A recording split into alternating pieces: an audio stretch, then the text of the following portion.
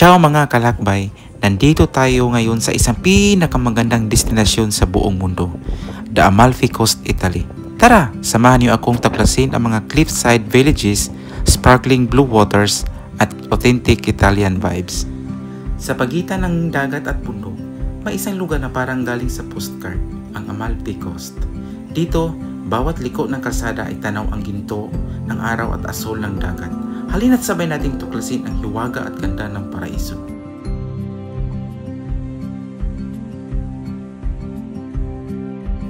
May isang katedral dito sa Amalfi o Catedrale di Sant'Andrea ay isang tanyag na simbahan na matatagpuan sa Amalfi, Italia, sa rehiyon ng Campania. Itinayo ito sa gitna ng ika-9 ng siglo at nakatayo sa tuktok ng hagdang bato sa gitna ng lungsod na tanaw ang Piazza del Duomo.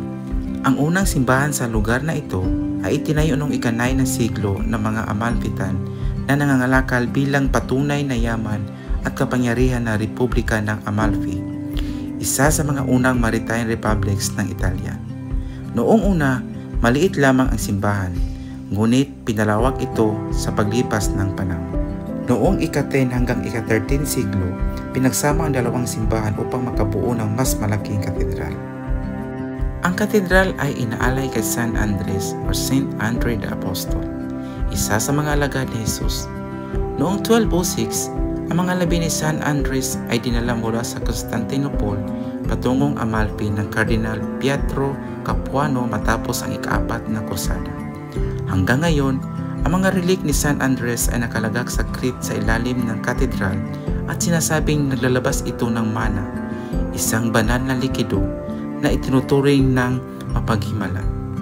Ang Amalfi Cathedral ay hindi lamang isang sentrong panreliyon, kundi isang simbolo na makasaysayang kapangyarihan ng Amalfi sa panahon ng kalakalan sa dagat Mediterranean.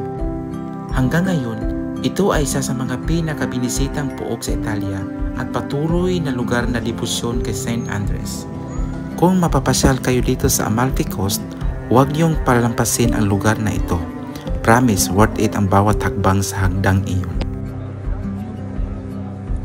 Maraming salamat sa pagsama sa akin ngayong araw. Huwag kalimutang i-like, i-share, at mag-subscribe kung gusto niyo pa mga ganitong travel history vlogs.